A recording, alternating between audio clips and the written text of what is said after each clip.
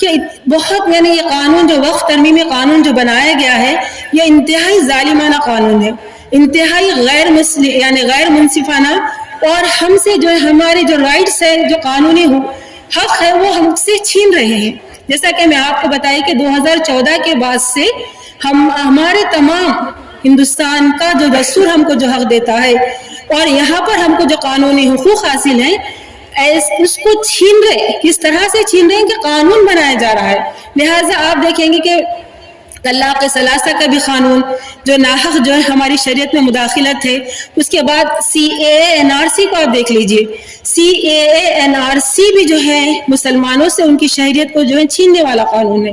اور یہ قانون وقف ترمیمی قانون جو ہے ہم سے ہمارے مساجد، قبرستان، عیدگاہیں، درگاہیں، مدارس، امام باڑے، اگر یہ قانون دیکھیے کہ 4-5 سال یعنی اب اس وقت جو سپریم کورٹ میں معاملہ چل رہا ہے، اگر اس قانون کو نافذ کیا جائے گا تو وہ وقت دور نہیں ہے جس سے اب ہماری تمام چیزیں جو ہیں چھین لی جائیں گی۔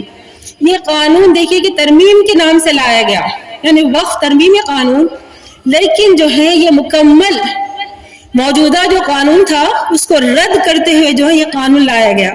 اس میں 48 امینڈمنٹس ہیں، لیکن اگر آپ جو ہے اس کا جائزہ لیں گے اور اس کے سب امینڈمنٹس کو اگر آپ دیکھیں گے تو یہ 300 سے 400 اس میں جو ہے امینڈمنٹس لائے گئے ہیں، اور اس میں دیکھیے کہ ہمارے لیے عدالت تک جانے کے بھی دروازے بند کر دیے گئے ہیں، اور جو کلیکٹر ہے، ضلع مجسٹریٹ جو ہوتا ہے، اس کو مکمل اختیارات دے دیے گئے ہیں۔ اور اگر آپ دیکھیے کہ آپ جو جس جگہ پر بیٹھے ہوئے ہیں، آپ کے پیچھے جو مسجد ہے، اس میں یہ حق دیا گیا ہے کہ کوئی بھی آدمی اگر اس کو جو ہے یہ مسجد، یہ مدرسہ، یہ عیدگاہ اگر اس کو سمجھیے کہ جھگڑے کی نظر آئے گی تو وہ سیدھا جو ہے ضلع مجسٹریٹ کے پاس جائے گا اور درخواست دے گا کہ جو ہے مجھے جھگڑے کی نظر آ رہی ہے، تو جس وقت درخواست دی جائے گی اسی وقت سے یہ مسجد ہونے کی حیثیت کو کھو دے گا، اور یہ عیدگاہ ہونے کی حیثیت کو کھو دے گی۔ اور اس میں دیکھیے آگے جو آتا ہے، یعنی ہم یہاں پر یہ سمجھ رہے ہیں کہ بہت پرانے مساجد ہمارے نشانے پر ہیں، ایسی بات نہیں ہے کہ جو موجودہ قانون کے تحت اگر ہمارے مساجد اگر 100 سال پرانے بھی ہیں تو پہلے قانون کے تحت یہ تھا کہ یہ جو ہے ہمارے آثار قدیمہ کے تحت آتے ہوئے بھی جو ہے وہ وقف کی حیثیت کو کھوتے نہیں تھے، لیکن یہ قانون یہ کہتا ہے کہ اگر آپ کے پرانے عبادت گاہیں، پرانی عمارتیں اگر 100 سال پرانی ہو جائیں گی تو وہ خود بخود جو ہے وقف کی حیثیت کو کھو دیں گے، اور وہ کس کی پراپرٹی بن جائے گی؟ حکومت کی پراپرٹی بن جائے گی۔ اور ساتھ یہ قانون یہ بھی کہتا ہے کہ اگر کوئی مسجد ویران ہو جائے تو مسجد ویران ہو جائے، مدرسہ ویران ہو جائے تو وہ خود بخود جو ہے حکومت کی پراپرٹی بن جائے گی۔ اور اس طرح سے دیکھیے کہ ہمارے جو فیاض بھائی،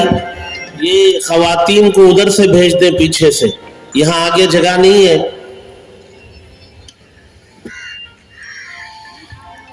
اور اس میں دیکھیے کہ یہ قانون کو جب لایا گیا ہے، ہماری جو ہے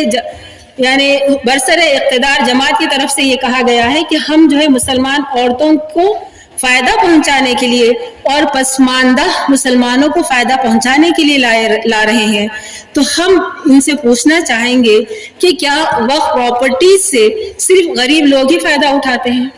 کیا کہیں آپ دیکھیں کہ مساجد میں صرف غریب یعنی صرف امیر لوگ ہی آتے ہیں، یا وہاں پر کوئی دوسرے غریب لوگ نہیں آ سکتے؟ اور پھر یہ کہا گیا ہے کہ عورتوں کے فائدے کے لیے ہے، اور اس طرح سے طلاق ثلاثہ کے وقت بھی یہی جو ہے جواز پیش کیا گیا ہے کہ ہم عورتوں کو امپاور کرنا چاہیں گے۔ تو یہاں دیکھیں کہ مسلمان یعنی 2014 کے بعد سے مسلسل میڈیا میں جن خواتین کا ذکر آتا ہے اور جن سے ہمدردی ظاہر کی جاتی ہے وہ صرف اور صرف مسلمان عورتوں سے ہے، اور یہ کہا جا رہا ہے کہ مسلمان عورتوں کو امپاور کریں گے۔ یہاں دیکھیں کہ امپاور کرنے کے لیے جو ہے آپ کو تعلیم کے میدان میں، آپ کو معاش کے میدان میں، آپ کو جو ہے جاب کے میدان میں مسلمان عورتوں کو آگے لانا پڑے گا، نہ یہ کہ جو ہے ہمارے موجودہ جو چیزیں ہیں اس کو چھین کر ہماری شریعت پر حملہ کرنے سے جو ہے کوئی مسلمان عورت جو ہے امپاور نہیں ہوتی۔ اور پھر یہ بھی کہا جا رہا ہے کہ ہمارے وقف پراپرٹی سے جو ہے آمدنی ہونی چاہیے۔ تو وقف پراپرٹیز میں دیکھیے کہ ہم جب مسجد میں جاتے ہیں تو وہاں پر کسی سے ٹکٹ نہیں لیا جاتا، آپ سے یہ نہیں کہا جاتا کہ بھئی آپ فجر کی نماز کے لیے آئے آپ 100 روپے دیجئے، ظہر کی نماز کے لیے آئے آپ 10 روپے دیجئے۔ تو یہ مساجد، یہ قبرستانیں، یہ عیدگاہیں کوئی آمدنی کا ذریعہ نہیں ہے۔ اور پھر یہ کہا جانا کہ یعنی دراصل جو ہے مسلمانوں کے اتحاد کو پارہ کرنے کی یہ کوششیں ہیں کہ ہم یہ پسماندہ مسلمانوں کے لیے قانون لا رہے ہیں. تو یہ پسماندہ اور اس میں کوئی تفریق نہیں ہے. مسجد سے جو ہے ہر کوئی فائدہ اٹھاتا ہے. قبرستان میں بھی جو ہے عورتوں کو دفن ہونے کا جو ہے موقع دیا جاتا ہے. ایسی بات نہیں ہے کہ عورتیں یعنی ان کی میت کو جو ہے جلایا جاتا. ہر کوئی اس سے جو ہے فائدہ اٹھاتے. تو ناحق کے جو ہے ایک دراڑ پیدا کرنے کی جو ہے اس میں کوششیں ہو رہی ہیں اور یہ انتہائی جو ہے خطرناک قانون ہے. اصل یہ قانون جو ہے ہم سے ہماری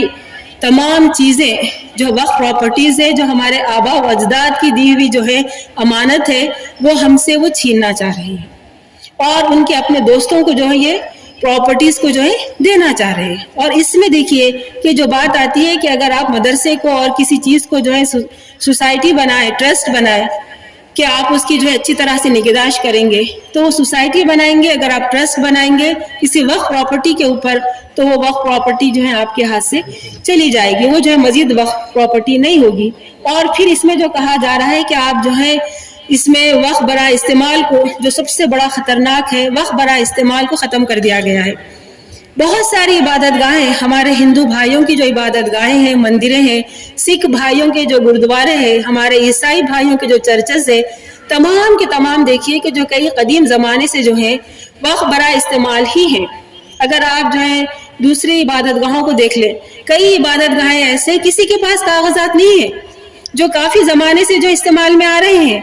لیکن اس کو جو ہے برابر ان کی عبادت گاہوں کو مانا جا رہا ہے. لیکن صرف ایک کمیونٹی کو جو ٹارگٹ کر رہے ہیں کہ وہ مسلمانوں کو کہ آپ جو ہیں آپ کے پیپرز لے کر آئیے. آپ کو میں مثال دیتی ہوں کہ آپ دہلی کی جامع مسجد کی مثال لے لیجئے. حیدرآباد میں جو ہے مکہ مسجد ہے, یہاں کی جو ہے میں تاریخ سے واقف نہیں ہوں, ہو سکتا ہے کہ یہاں پر بھی بہت ساری پرانی مساجدیں ہیں جس کے پاس کاغذات نہیں ہے. تو اس طرح سے صرف اور صرف مسلمانوں سے یہ کہا جا رہا ہے کہ آپ اپنی عبادت گاہوں کے جو ہیں کاغذات لائیے, نہیں تو وہ کیا ہو جائے گا کہ وقف ترمیمی قانون کے تحت جو ہے ختم کر دیے جائیں گے. اور پھر یہ کہا جا رہا ہے کہ وقف کا اگر آپ کا آلریڈی رجسٹریشن ہے, پھر دوبارہ جو 2010 میں جو ہے وامسی پورٹل کے تحت آپ کے تمام وقف پراپرٹیز رجسٹرڈ ہوئے تھے, اب حکومت یہ مطالبہ کر رہی ہے آپ سے کہ آپ امید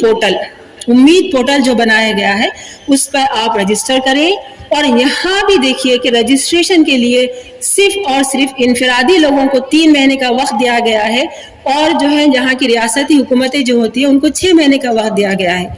تو اگر ہم ریاستی حکومتوں کا اگر جائزہ لیں, اگر ریاستی حکومتیں اگر فرض کیجئے کہ سینٹر کے جو ہے فیور میں ہیں, مرکزی حکومت کے جو ہے فیور میں ہے, اور اگر وہ جو ہے یہاں کے جتنے وقف پراپرٹیز ہے جو اسٹیٹس ہے اگر اس کو جو ہے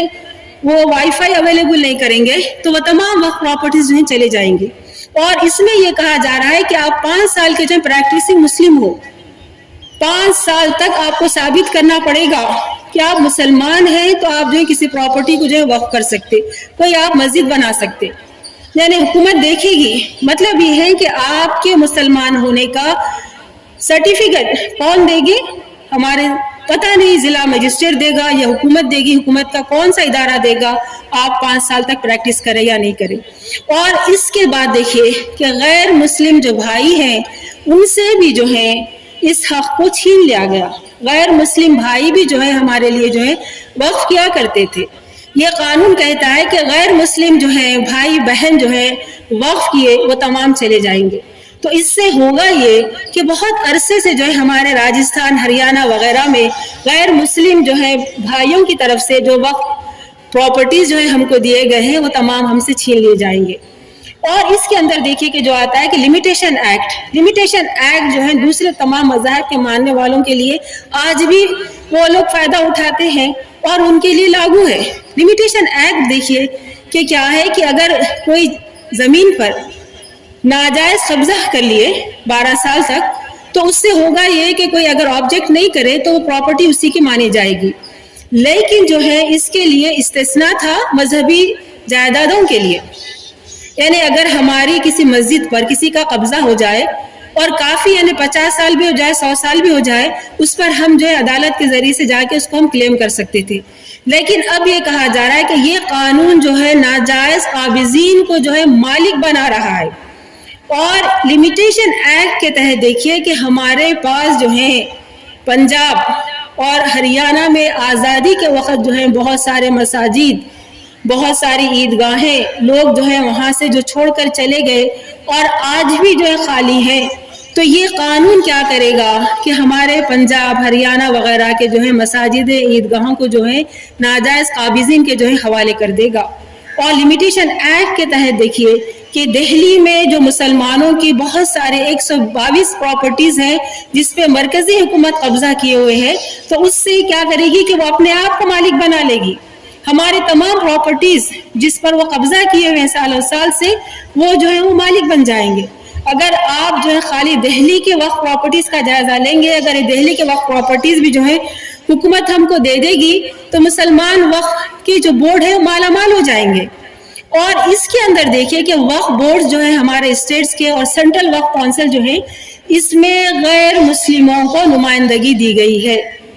جبکہ ہندو انڈومنٹ ایکٹ کے تحت یا گردوارہ پربندھک کمیٹی میں آپ دیکھیں گے کہ کسی غیر سکھ کو اس میں نمائندگی نہیں دی جاتی ہے. اور ہندو انڈومنٹ ایکٹ کے تحت جو ہے باضابطہ کاسٹ سسٹم، یعنی دوسری کاسٹ کا بھی اگر آدمی ہو تو اس ہندو مندروں کے انتظام میں کسی کو وہ دخل اندازی نہیں دیتے. لیکن اسٹیٹ کے وقف بورڈز میں اور سینٹرل وقف کونسل میں گورنمنٹ کیا کی ہے کہ تمام کے تمام جتنے اہم عہدے ہیں تمام غیر مسلم جو ہیں لوگوں کو دے دیے جا رہے ہیں، جبکہ یہ سنی وقف بورڈ کے تحت وہ تمام ہمارے ہوتے ہیں. اور اس کے ذریعے سے یعنی غیر مسلموں میں اس کو جو داخلہ دیا جا رہا ہے، اس میں مسلمانوں کو رائے برابر بھی کسی معاملے میں فیصلہ کرنے کا حق نہیں ہوگا. فیصلہ کرنے کا حق نہیں ہوگا تو اس سے آپ اندازہ کر سکتے ہیں کہ کس طرح سے ہمارے مساجد کا اور مدارس کا جو ہے تقدس قائم ہو سکے گا.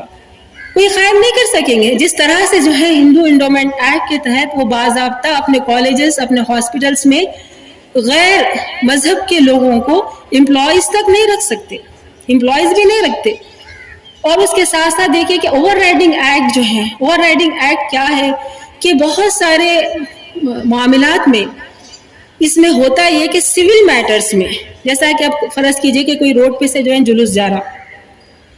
حالانکہ وہ اس وقت جو ہے کوئی کئی چیزوں کو جو ہے وائلیٹ کرتا، لیکن قانون کیا کرتا ہے کہ اس کو پرمٹ کرتا ہے کہ آپ اس جلوس کو لے جائیے یا جو ہے کوئی جلسہ کیجیے. لیکن اوور رائڈنگ ایکٹ صرف مسلمانوں سے جو ہے اس حق کو چھین رہا ہے. اور آپ دیکھیں گے کہ اتر پردیش میں ہمارے وزیر اعلیٰ یہ کہتے ہیں کہ اگر مسلمان مسجد کے باہر نماز پڑھیں گے اور اگر مسلمان اپنے گھروں کی چھتوں پر نماز پڑھیں گے تو ان کا پاسپورٹ ضبط کر لیا جائے گا. اور انتہا یہ ہے کہ ہمارے اتر پردیش میں بہت سارے ایسے لوگ جو اس قانون کے خلاف سوشل میڈیا پہ جب لکھے تو ان کے گھر پر جو ہیں باضابطہ پولیس پہنچ گئی. ہمارے منور رانا جو مشہور شاعر ہے، ان کی صاحبزادی جب اس کے خلاف اپنے سوشل میڈیا پر کچھ لکھے تو ان کو 10 لاکھ روپے کا بانڈ سبمٹ کرنے کے لیے کہا گیا ہے. اور بہت سے مسلمان بھائی جو عید کے موقع پر اور جمعہ کے موقع پر اپنی بازو پر سیاہ پٹی باندھ کر اس قانون کے خلاف احتجاج کرنے کے لیے نکلے تو وہاں کی گورنمنٹ یہ کہتی ہے کہ آپ 1-1 لاکھ کا جو ہے بانڈ سبمٹ کریے.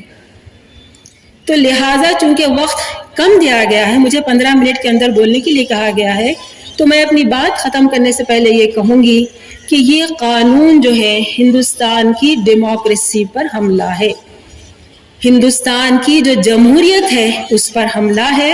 اور ہندوستان کا جو قانون ہے، ہندوستان کا جو کانسٹیٹیوشن ہے، کانسٹیٹیوشن جو ہم کو جو رائٹس دیتا ہے، آرٹیکل 14, 15,